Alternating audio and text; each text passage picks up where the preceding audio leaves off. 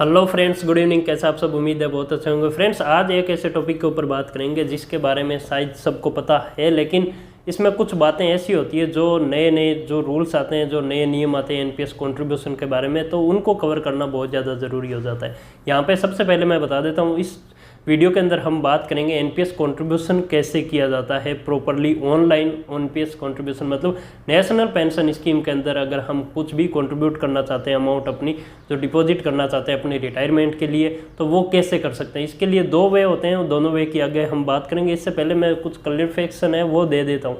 यहाँ पे virtual account आपने सुना होगा, डी रेमिट, डायरेक्ट रेमिटेंस और virtual account. National pension scheme के अंदर 1 अक्टूबर 2020 से ये फैसिलिटी वर्चुअल अकाउंट की एक्टिवेट कर दी गई थी, जिसके तहत आप यहाँ पे पहले दो ऑप्शन होते थे आपके कंट्रीब्यूशन के एनपीएस के अंदर, वर्चुअल अकाउंट और एनपीएस ऐप से। एनपीएस ऐप से अगर आप कंट्रीब्यूशन करते हैं तो वहाँ पे डेबिट कार्ड, क्रेडिट कार्ड या किसी भी माध्यम से आप एनपीएस ऐप से कंट्रीब्यूशन कर सकते हैं, लेकिन वहाँ पे आपको 24 रुपये तक है वो चार्जेज, एक्स्ट्रा इंटरमीडिएटरी चार्जेज वो पे करना होता है। इसी चार्ज को घटाने के लिए, इसको जीरो करने के लिए वर्चुअल अकाउंट को है वो पेश किया गया था। वर्चुअल अकाउंट के अंदर सबसे बड़ी बात मैं आपको बता दूं कि पहले ऐसा था कि अगर आपका पीओपी ई एनपीएस है तभी आप वर्चुअल अकाउंट का यूज कर सकते हैं, लेकिन अब सभी के लिए वर्चुअल अकाउंट है उसको एक्टिवेट कर दिया गया। और वर्चुअल अकाउंट आप कोई भी व्यक्ति जिसका कहीं भी कोई भी पीओपी है, चाहे आपका बैंक पीओपी है, चाहे आप गवर्नमेंट सब्सक्राइबर हैं, चाहे कॉर्पोरेट सब्सक्राइबर हैं, चाहे ऑल सिटीजन मॉडल के तहत आपने इंडिविजुअली ओपन किया, आप वर्चुअल अकाउंट या direct remittance national pension scheme के तहत आप उपयोग कर सकते हैं। इसके अंदर सबसे बड़ी बात आपको मैं बता दूं, आगे जो वीडियोज़ के मैं लिंक दूंगा उन वीडियोज़ में एक बात बोली गई है, क्योंकि वो वीडियोज़ पहले ही अक्टूबर में बनाए गए सारे के सारे, तो उनमें कि आपका पीओपी ये एनपीएस है तभी आप वर्चुअल अकाउंट बना सकते हैं। तो उसकी जगह मैं आपसे माफ़ी चाहता हूँ कि उसकी जगह आप ये समझें कि आप चाहे कोई भी हैं, आपका वर्चुअल अकाउंट है वो अप्लाई हो जाएगा, चाहे आपका पीओपी कोई सा भी हो। अब यहाँ पे सबसे पहली बात मैं आपको बता दूं कि एनपीएस में कंट्रीब्यूशन करने के आपके 3-4 माध्यम होते हैं। ऐप के द्वारा आप मंथली जाके कंट्रीब्यूशन कर सकते हैं, जिसमें आपको चार्जेज बहुत ज़्यादा पे करने पड़ेंगे हर एक कंट्रीब्यूशन पे। दूसरा होता है कि आप वर्चुअल अकाउंट बनाएं और उससे पे करें। इसके आगे सारे के सारे तरीके आपको बता दिए जाएंगे। जो ध्यान रखने वाली बातें हैं वो भी बताई जाएगी आपको। और नेशनल पेंशन स्कीम में हम एसआईपी कर सकते हैं जैसे म्यूचुअल फंड्स में करते हैं, तो इसके बारे में अभी आपको खुल के आगे बताया जाएगा। तो फ्रेंड्स, जैसा कि आप जानते हैं, मैं हूं सुरेंद्र सिंह और आप देख रहे हैं एनपीएस के बारे में बनाया गया यूट्यूब पे एकमात्र चैनल मेक लाइव विज इन हिंदी। यहाँ पे NPS contribution, national pension scheme के कंट्रीब्यूशन के बारे में दो बातें मैं आपको बता दूं। एक होता है हम एनपीएस का कंट्रीब्यूशन डायरेक्ट एनपीएस ट्रस्ट के अंदर करें, जो कि हम एनपीएस यानी नेशनल पेंशन स्कीम के ऐप के द्वारा कर सकते हैं। ऐप के द्वारा हम कंट्रीब्यूशन करते हैं तो जिसके आपको चार्जेस लगते हैं कम से कम 12 रुपये और अधिकतम आपके 24 रुपये तक हर कंट्रीब्यूशन में एक चार्ज ऐड होता है, इंटरमीडिएटरी चार्ज। जब आप एनपीएस कंट्रीब्यूशन को करने की कोशिश करते हैं उस टाइम ऑटोमेटिकली वो ऐड होकर आ जाता है। आपको चाहे 500 रुपये या 1000 या 2000 रुपये आप कंट्रीब्यूशन करते हैं, उसमें ऑटोमेटिकली ऐड होके, अगर आप 500 कर रहे हैं तो 524 रुपये, या अगर आप 2000 रुपये कर रहे हैं तो 2024 रुपये ऐसे ऐड होकर ऑटोमेटिकली आ जाता है और आपको 24 रुपये ज़्यादा पे करना पड़ता है। अब यहाँ पे हम इस कंट्रीब्यूशन की भी बात करेंगे, लेकिन साथ में एक ऐसे कंट्रीब्यूशन मेथड जो कि 1 अक्टूबर 2020 से स्टार्ट किया गया था पीएफआरडीए से, जो कंट्रीब्यूशन होता है आपके बैंक अकाउंट से डायरेक्ट। एनपीएस ट्रस्ट का एक ट्रस्टी बैंक है एक्सिस बैंक, जिसके अंदर आपका वर्चुअल अकाउंट ओपन किया जाता है और उस वर्चुअल अकाउंट में डायरेक्ट आपका कंट्रीब्यूशन कराया जाता है, जिसमें आपको जीरो इंटरमीडिएटरी चार्ज लगते हैं। अगर आप 500 कंट्रीब्यूशन करते हैं तो उसमें 500 रुपये डायरेक्ट पूरे जाते हैं, आपको भी 500 रुपये ही पे करने होते हैं। अब चाहे यहाँ पे 2000 करें, 5000 करें या फिर 10,000 करें, इसमें एनईएफटी एंड आरटीजीएस दोनों की फैसिलिटी उपलब्ध कराई गई है। आपको इन दोनों के बारे में मैं खुल के पूरा बताऊंगा। अब यहाँ पे सबसे मेन टॉपिक है वो बात कर लेते हैं कि आपको यूनिट्स कब मिलती है। एक नया NPS subscriber national pension scheme में जिन्होंने इनरोलमेंट किया है, उसके बाद उनको एक बार जो फर्स्ट कंट्रीब्यूशन है वो करना होता है अपनी नेट बैंकिंग के द्वारा, जो बैंक आपने ऐड किया है अपने एनपीएस अकाउंट के अंदर। अब इसका मैं आपको बता दूं कि वो बैंक चेक करने के लिए, बैंक का वेरिफिकेशन होता है, उसको चेक करने के लिए फर्स्ट कंट्रीब्यूशन है वो आपका एनपीएस की वेबसाइट है जहाँ से आप इनरोलमेंट कर रहे हैं, रजिस्ट्रेशन कर रहे हैं, वहाँ से ही आपको करवाया जाता है। उसके बाद आप अपना कंट्रीब्यूशन है वो कैसे भी कर सकते हैं, debit card, credit card, UPI किसी भी माध्यम से कर सकते हैं, यहाँ तक कि NEFT RTGS हर तरीके से कर सकते हैं। तो आपको इन सभी पेमेंट मेथड, कंट्रीब्यूशन मेथड दिए जाने के बाद में आपको कई पेमेंट मेथड या कंट्रीब्यूशन मेथड है वो नेशनल पेंशन स्कीम में थोड़ा लॉस भी है, कई के साथ में आपको थोड़ा फायदा भी है। अब यहाँ पे दोनों कंट्रीब्यूशन मेथड, एक कंट्रीब्यूशन मेथड जो आप एनपीएस ऐप के द्वारा करते हैं, जिसके तहत आपके अकाउंट के अंदर एनपीएस ऐप के अंदर या एनपीएस की वेबसाइट के अंदर जो अमाउंट शो होनी होती है वो होती है लगभग 5 से 7 दिन के बाद में। और जब आप एनपीएस में वर्चुअल अकाउंट से कंट्रीब्यूशन करते हैं, डायरेक्ट रेमिटेंस, जिसके बारे में मैंने खुल के वीडियो बनाए हैं, सारे के सारे उन वीडियोज़ की आगे मैं बता दूंगा, उसके द्वारा अगर आप नेशनल पेंशन स्कीम में कंट्रीब्यूशन करते हैं तो आपका जो कंट्रीब्यूशन आपने किया है वो कंट्रीब्यूशन नेक्स्ट वर्किंग डे में आपके अकाउंट में रिफ्लेक्ट हो जाता है। नेक्स्ट वर्किंग डे का मतलब आप समझ लीजिए, वर्किंग डे होते हैं एनपीएस के अंदर मंडे टू फ्राइडे।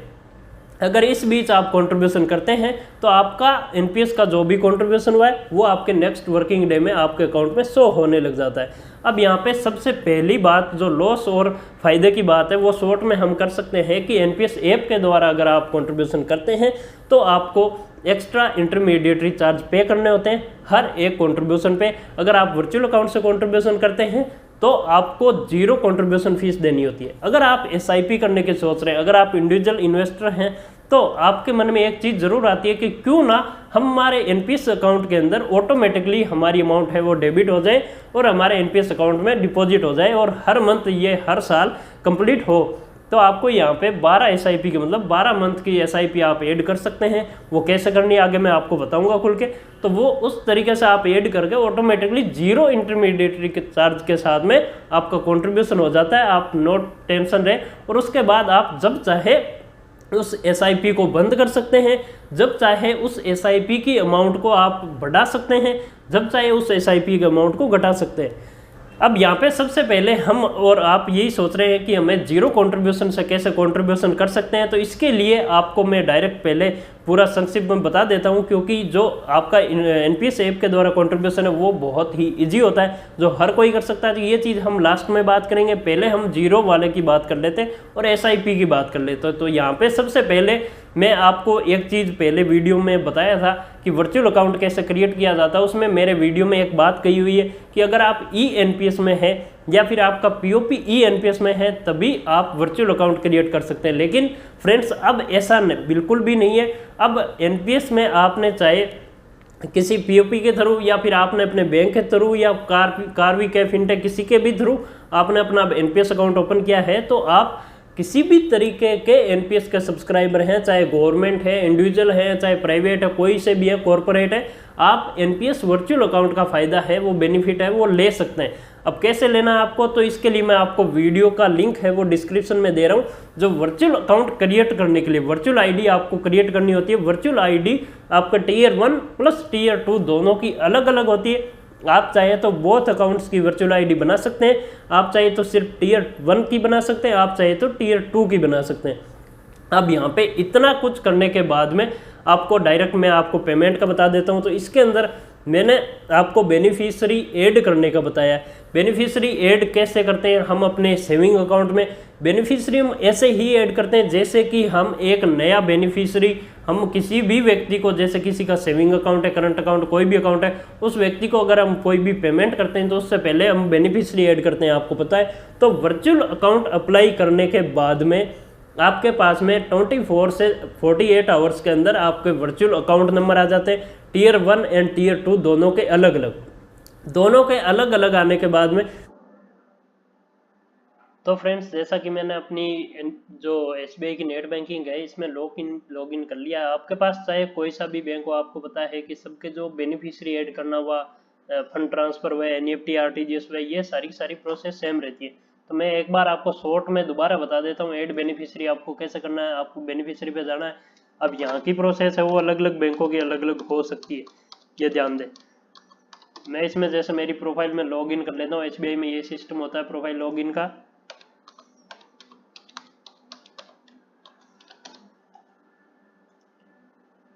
इसके बाद ये एनपीएस बेनिफिशियरी दिखा रहा है आपको। इसमें ऐड नहीं करना बिल्कुल भी, ये चार्जेबल होता है। यहाँ जाना आपको अदर बैंक के बेनिफिशियरी में। अगर एक्सिस बैंक यूज कर रहे हैं तो वो आपकी एक्सिस बैंक ट्रांसफर वाले में ऐड कर लेंगे, और अदर कोई दूसरा बैंक एक्सिस के अलावा तो उसमें आप ये जाएंगे। अब यहाँ पे आपको अपना नाम लिखना है सीधा सा,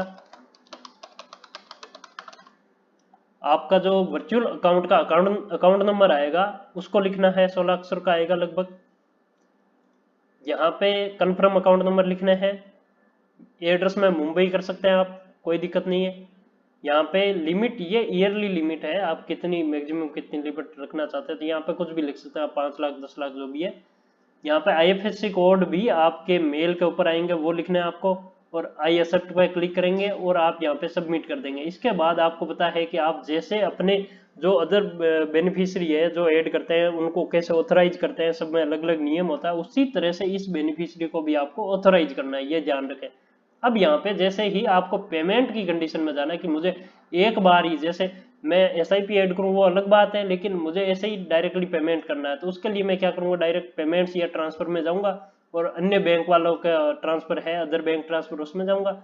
और IMPS आपको इसमें नहीं करनी है, एक्सेप्टेबल नहीं है। 2 लाख से ज़्यादा तो आप RTGS कर सकते हैं, 2 लाख से कम है तो NEFT कर सकते हैं। NEFT पे क्लिक करूँगा और यहाँ पे मैं प्रोसीड करूँगा। अब यहाँ पे जैसे मैंने वो बेनिफिशियरी मेरा ऐड करा हुआ है वो एक्टिवेट हो जाता है, ऑथराइज हो जाता है। उसके बाद मैं यहाँ पे अमाउंट डाल दूंगा। अमाउंट डालने के बाद में मुझे यहाँ पे पर्पज करना है कि पेमेंट ये डिपॉजिट एंड इन्वेस्टमेंट है। अब यहाँ पे आपका नीचे दिखा देगा कि आपका जो अकाउंट है कौन सा है, वो जो Tier 1 है, जैसे मैंने लिख रखा है यहाँ सुरेंद्र सिंह Tier 1, मैंने Tier 1 पहले से ऐड कर रखा है, ये आपके सामने है, पूरा अकाउंट नंबर वगैरह इस टाइप से आते हैं।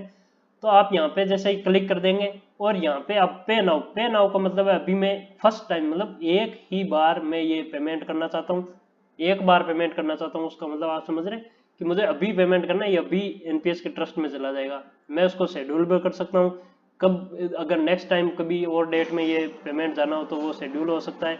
और दूसरी चीज़ है स्टैंडिंग इंस्ट्रक्शन, तो स्टैंडिंग इंस्ट्रक्शन है SIP अगर आप ऐड करते हैं तो उसके लिए स्टैंडिंग इंस्ट्रक्शन होता है। यहाँ पे फ्रिक्वेंसी आप मंथली कर सकते हैं कि मंथली इस डेट को जाना चाहिए, तो यहाँ पे शेड्यूल पेमेंट एवरी 1 मंथ में जाना चाहिए, एवरी 2 मंथ में जाना चाहिए, 3 मंथ की क्वार्टरली और हाफ ईयरली है तो 1 मंथ मंथली करना चाहते हैं तो एवरी 1 मंथ में जाना चाहिए। और यहाँ पे enter the number of payments, number of payments का मतलब हो गया आप कितना, तो मैक्सिमम आप 12 कर सकते हैं, इसको 12 करोगे तो 1 साल की SIP हो जाएगी। और यहाँ पे स्टार्ट डेट, जो जिस मंथ की स्टार्ट डेट आप डालेंगे हर महीने की उसी डेट को आपकी SIP है वो जाती रहेगी, ये बात ध्यान दें।